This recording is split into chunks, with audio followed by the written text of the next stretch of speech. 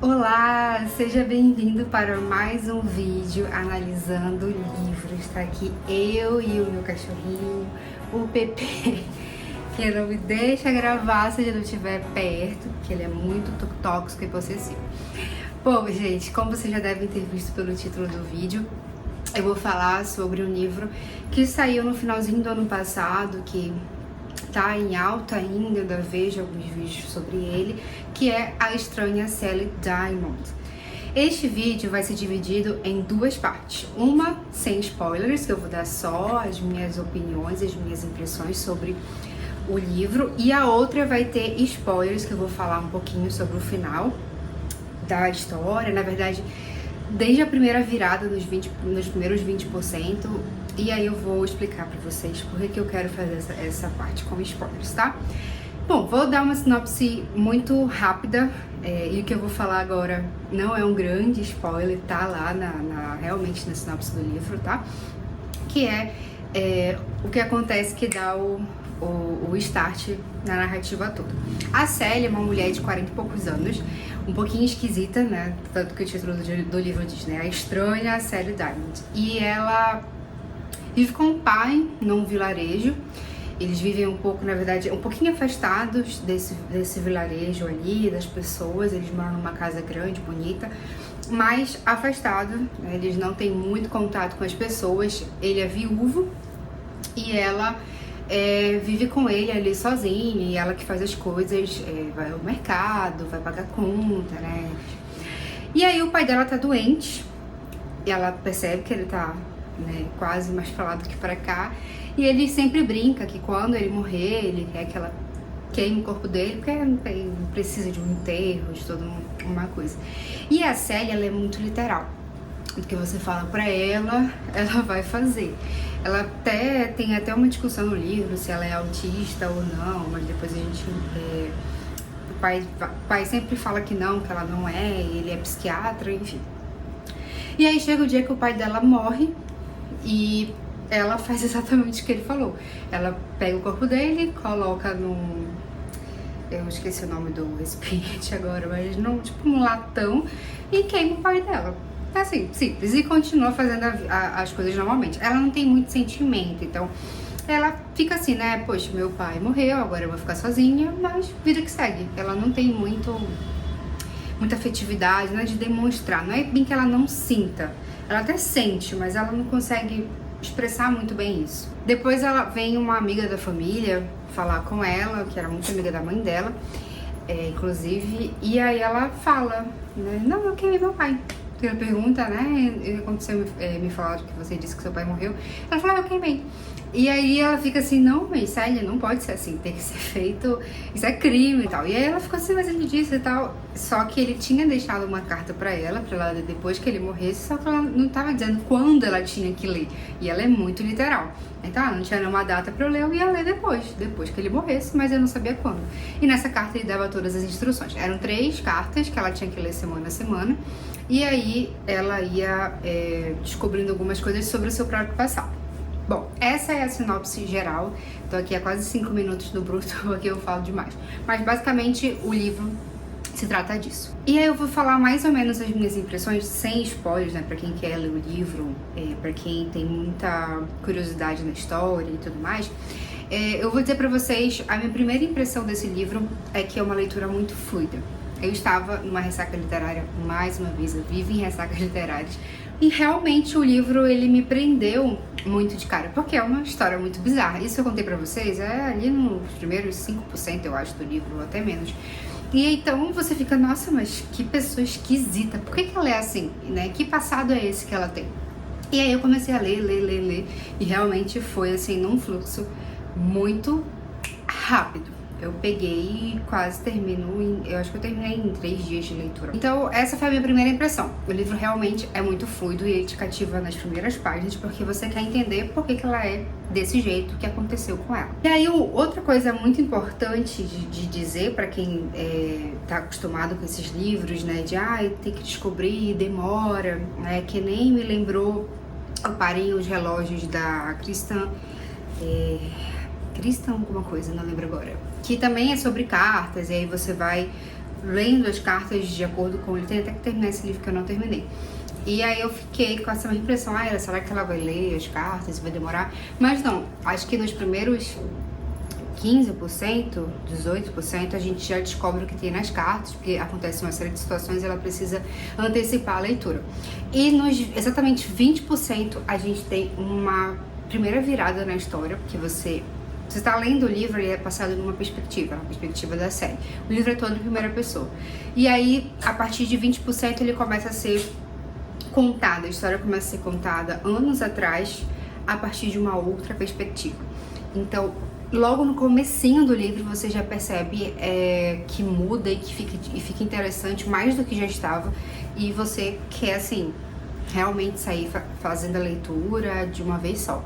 Então, outro ponto positivo pro livro foi essa viradinha que tem nos primeiros 20%, que você começa a ir pro passado e entender por que a Sally, ela é desse jeito. E não só a Sally, você vai conhecer outros personagens, né, que estão envolvidos nessa história toda, e é muito, muito bacana. Outra impressão, que essa é a última que eu vou falar antes de ir pra parte com spoilers, que é o meu sentimento com o livro. Lá pelos 25, 26, 27% do livro, a gente começa a ler coisas muito pesadas, tá? Eu não vou dizer quais são os gatilhos, porque se eu falar os gatilhos, vocês já vão saber o que esperar do livro. Mas, ao mesmo tempo, né, se você quiser saber quais são, você vê lá, tem pessoas que falam esses gatilhos. Eu não vou falar, porque se você quiser ler, você vai... Eu acho que os gatilhos acabam sendo um spoiler, tá? Ele tem algumas coisas, nada gráfico, mas eu acho que justamente por não ser gráfico, que fica tudo na nossa cabeça, e aí é pior. Primeiro, que eu não esperava que o livro fosse para esse caminho, eu achava que era uma outra coisa. E aí, quando ele vai se encaminhando para isso, eu fiquei, confesso para vocês, meio paranoica. Eu terminei de ler na segunda tomada, no segundo dia que eu fui ler, acho que eu li uns 30%. Eu confesso pra vocês que eu senti dificuldade pra dormir. Então aí mais o gatilho. Quem tem problema com isso, né, não leia, porque eu acho que pode te fazer mal. Eu já li muita coisa ruim, muita coisa pesada. Eu meio que já estou acostumada, só que esse livro me pegou de um jeito diferente. Eu nunca tinha ficado paranoica. Eu não queria sair na rua, eu tava com medo de verdade. Eu falei, não, isso ia acontecer comigo, né? Eu posso ir ali na academia e acontecer isso comigo. Então, tipo, foi muito esquisito, foi uma sensação ruim. Em nenhum momento eu quis parar de ler o livro, porque eu estava muito curiosa, mas ao mesmo tempo me afetou de uma forma negativa, desse ponto, né? A sensação, não a leitura, não a escrita, a sensação que me deu. E aí eu dormi e eu sonhava com as coisas do livro, eu sonhava que as coisas aconteciam comigo, inclusive. Então foi algo pesado, assim, e eu não lembro de já ter sentido isso em outro livro, uma coisa muito bizarra, uma experiência literária diferente. Enfim, essas foram as minhas primeiras impressões a partir da sinopse, né, que eu não vou dar spoilers, e a partir de agora eu vou fazer uma análise mais profunda com spoilers, tá? Então, se você quer ler o livro, se você quer saber por que eu fiquei desse jeito, o que me causou, para o vídeo aqui, vai ler o livro, depois volta no vídeo e vê a partir desse momento, tá bom? Falei pra vocês que depois de 20%, na verdade exatamente 20%, a gente tem uma mudança de ponto de vista, né? A história vai ser contada sob uma outra perspectiva, vai ser contada a partir do olhar do Peter, tá? Ou Peter, que é o personagem que a gente vai ser introduzido nesse momento, e a partir dele, capítulo a capítulo, vai ser contado de um ponto de vista diferente. E do Peter, a gente vai acompanhá-lo desde criança, se eu não me engano, desde 6 anos, não lembro agora. E aí vamos passando os anos até ele ficar adulto, enquanto que lá no ponto de vista da série, a gente vai vendo pouco a pouco, passo a passo. Vou contar de uma maneira muito geral, tá, gente? Não vou entrar em cada detalhe da história, porque senão esse vídeo aqui vai ter 40 minutos. Mas basicamente, o Peter é irmão da Sally. E a mãe dos dois, ela foi sequestrada quando ela tinha 12 anos e foi mantida em um cativeiro pelo pai deles, né, que era... enfim, eu acho que eu não posso falar as palavras pra não ser censurada, mas... entende aí, né? Ficou claro, né? Quando ele sequestrou, já dá pra saber o que ele fez com ela. E aí ela teve 2 filhos dele. O Peter, logo que ela mal ela chegou, ela já engravidou, porque quando ela tinha 13 anos ela teve ele.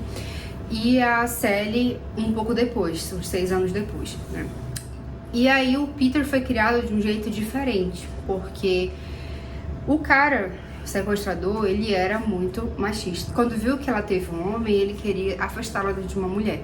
Então ele colocou num quartinho diferenciado, que tinha uma janela, tinha televisão, mas ele ainda era mantido em um tipo de cativeiro, diferente do da mãe dele.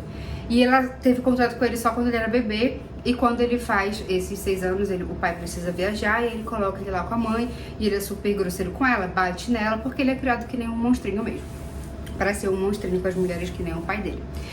E ela tá grávida nesse momento. Depois disso ela tem a Sally, e a Sally cresce também nesse lugar, e os dois vão crescendo, né, ali, mas de forma separada, até que chega um cara para roubar a casa. A mãe deles grita por socorro, fala o nome dela, fala quantos anos ela está lá, e aí depois, né, quando o pai volta para casa, o Peter conta para ele, eles fogem, a polícia chega e salva os dois. Só que a mãe já tá muito quebrada, né? Quebrada o suficiente para não conseguir se recuperar psicologicamente. Ela não consegue nem falar que ela tem um outro filho, e por isso que por muito tempo a Sally não sabia desse filho, e por não saber, a polícia não conseguia encontrar o sequestrador, porque eles estavam procurando um homem só, e na verdade era um homem com uma criança, um adolescente, um homem adulto depois. E aí isso vai acontecendo, a história vai desenrolando lá na perspectiva dele, e enquanto aqui a gente vê a Sally descobrindo, não que ela tinha um irmão, mas descobrindo a questão da mãe, que ela já sabia que ela era adotada, mas ela não sabia a origem dela. E como ela não sabia a origem, tudo foi, né, muita informação para ela. Só que nesse momento ela também vai se desenvolvendo socialmente. Ela começa a fazer amizades, ela busca um emprego. E eu confesso pra vocês que nesse momento eu não estava muito interessada no que estava acontecendo no presente com a Sally, e sim no passado, porque eu queria muito entender onde isso ia chegar. A gente tem algumas pistas falsas ao longo da história, gente que se aproxima, que a gente acha que é o Peter tentando se aproximar dela depois de adulto, porque ela recebe um ursinho que era lá do cativeiro, e aí alguém mandando uma mensagem, eles no primeiro momento acham que é o próprio pai. Enfim, toda uma questão que eu também não vou entrar em detalhes. Se você quiser saber exatamente como é, leia o livro. Mas vamos lá, nos encaminhar para a parte final, que é onde eu quero tecer algumas discussões antes que esse vídeo fique muito grande. No final das contas, a gente descobre que o Peter matou o pai dele, porque quando eles eram adolescentes, o pai dele sequestrou mais uma menina, colocou em mais um cativeiro na cidade onde ele estava e fazia tudo o que ele fazia com a mãe do Peter. E o Peter, gente, tinha o pai como uma referência. Ele só veio, não é que ele não sabia, ele sabia que o que o pai dele fazia era errado, mas ele não queria meio que aceitar, sabe? E aí ele viu aquilo, fez uma amizade com a menina, e aí dirigiu o carro com o pai, ele sofreu um acidente, o pai morreu, ele não quis salvar, prestar socorro e tal. E aí a gente pensa, bom, ele vai salvar a garota agora, né? Só que não, ele continua sendo o sequestrador da menina. Ele fala que eles vão ter que ela vai se apaixonar por ele, que ela é a única pessoa que ele tem, e aí ele continua mantendo, e a gente percebe que passou de pai para filho, né? Ele aprendeu assim e ele vai continuar sendo assim. Porque até então eu vinha tendo pena do Peter também, porque ele é uma vítima. Só que assim, ele cresceu, né? Ele já era um homem, ele tinha como mudar esse ciclo e ele optou por continuar fazendo. E aí com essa mulher, ela meio que tem uma síndrome de Estocolmo, realmente se apaixona por ele, eles têm uma vida ali de casal, apesar de ela não poder sair na rua. E quando ele deixa ela um pouquinho livre ali na casa, ela escolhe já não fugir mais, ela realmente aceita aquela condição. Eles têm um filho, uma filha, ele doa essa filha contra a vontade dela, até que ela morre com uma doença, porque ele não levava no hospital e ele não sabia que era uma doença grave, e ela acabou morrendo de apendicite, se eu não me engano. E aí depois disso, ele resolve encontrar a Sally, né? Porque ele não tem mais nada, não tem família, não tem a esposa que ele amava, né? E aí ele vai pra lá pra conhecer a Sally, e aí nesse momento ela descobre que ela tem um irmão e tal, e eles meio que se aproximam, mas depois ele percebe que não é muito bem isso. E aí, como ela tinha uma herança, que aí também isso não achei importante de contar, mas ela tinha uma herança da família do pai dela, ela pegou o dinheiro e deu uma parte pra ele, e era muita grana, e ele tava meio falido. E aí ele resolve fugir com esse dinheiro, porque o circo pra ele também tá fechando, então descobrindo quem que o pai dele, onde era o pai dele morava, e que ele continuou mantendo a menina em cárcere. Então ele foge para os Estados Unidos, se eu não me engano, e aí começa uma nova vida e termina a parte dele preparando um outro cativeiro para sequestrar mais uma mulher. Meu filho, eu tô contando uma história. Mais uma mulher. E aí a gente, né, percebe que ele não mudou absolutamente nada, não se arrependeu do que ele fez e acha que o amor é só dessa forma. E a Sally acaba, depois que o irmão dela vai embora, ela tinha progredido muito socialmente, tinha feito amigos, tinha criado laços, e aí ela acaba regredindo também e meio que voltando a ser o que ela era antes. Então, o final é um final triste e terrível para os dois filhos, né? A gente acha que tá tendo uma progressão e aí regride tudo e volta pra estaca zero e tudo mais. Bom, esse é um resumo do final. Tem muita coisa, gente, muita informação, mas eu quis centralizar no que eu acho importante pra discutir nesse momento, nessa terceira parte do vídeo. Bom, o que foi que eu achei, né? Como eu disse pra vocês na primeira parte, eu fiquei muito traumatizada com a leitura, porque essa questão do sequestro, eu ficava pensando, né? Nossa, já pensou você sair na rua, você ser sequestrada, ser mantida num quartinho e tal? Eu já tinha lido outros livros sobre isso, inclusive eu vou falar deles nesse vídeo também, que é O Colecionador e O Quarto, que foi adaptado. Os dois foram adaptados para o cinema, mas O Quarto de Jack é bem mais conhecido que O Colecionador.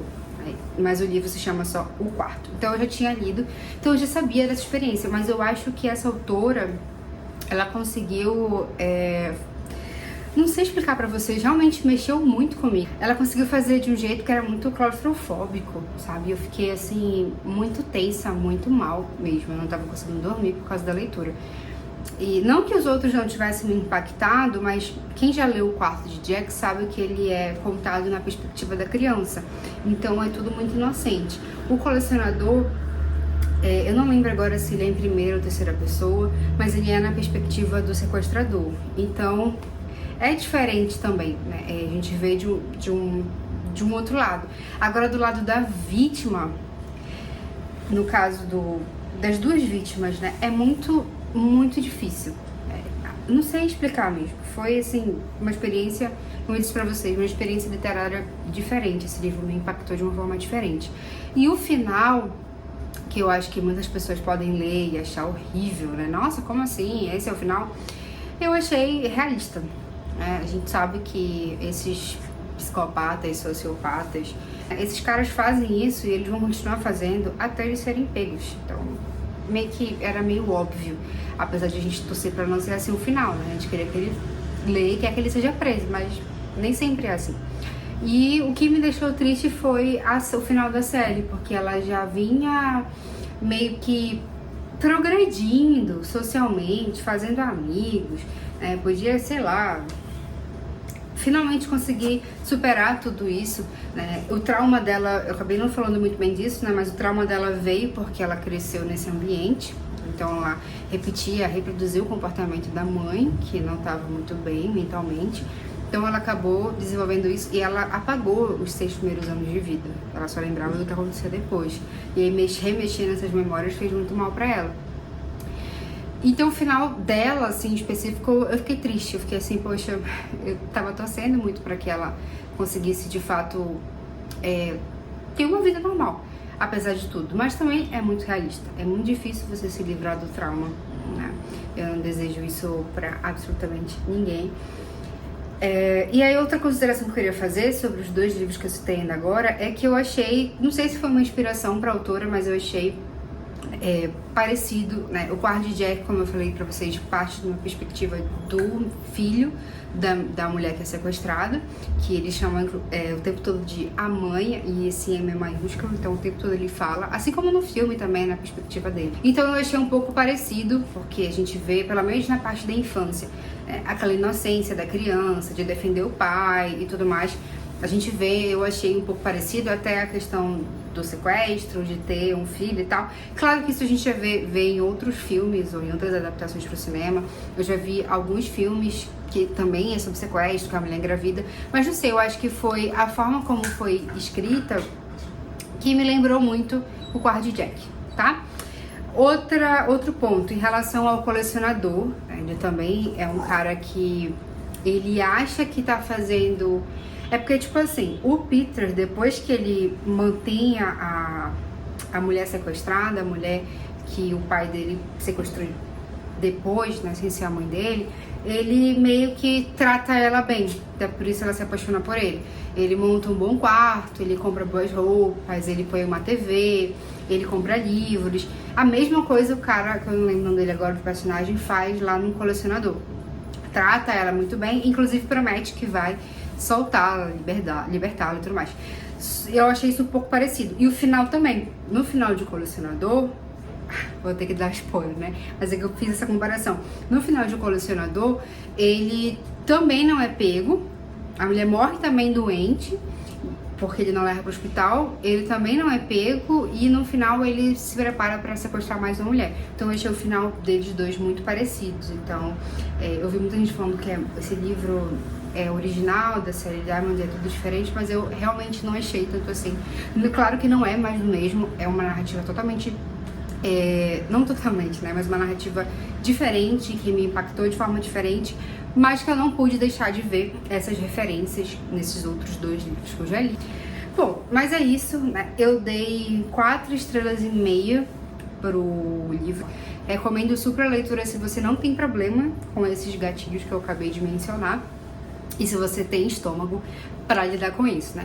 Já faz alguns dias que eu terminei a leitura, tô fazendo esse vídeo aqui, não tá tudo muito fresco na memória. Mas, assim, o geralzão é esse, o sentimento depois que passou a leitura acabou e se esvaindo, e agora só ficou a parte boa da leitura, né? Que é a parte do livro que realmente funcionou muito pra mim. Eu gostei bastante da condução, gostei de ter sido uma narrativa fluida, certo? Então é isso, gente. Muito obrigada por ter assistido até aqui. Espero que você tenha gostado desse vídeo. Dá o seu curtir, compartilha e a gente se vê no próximo vídeo sobre literatura ou sobre cinema ou quem sabe os dois juntos. Até a próxima. Tchau!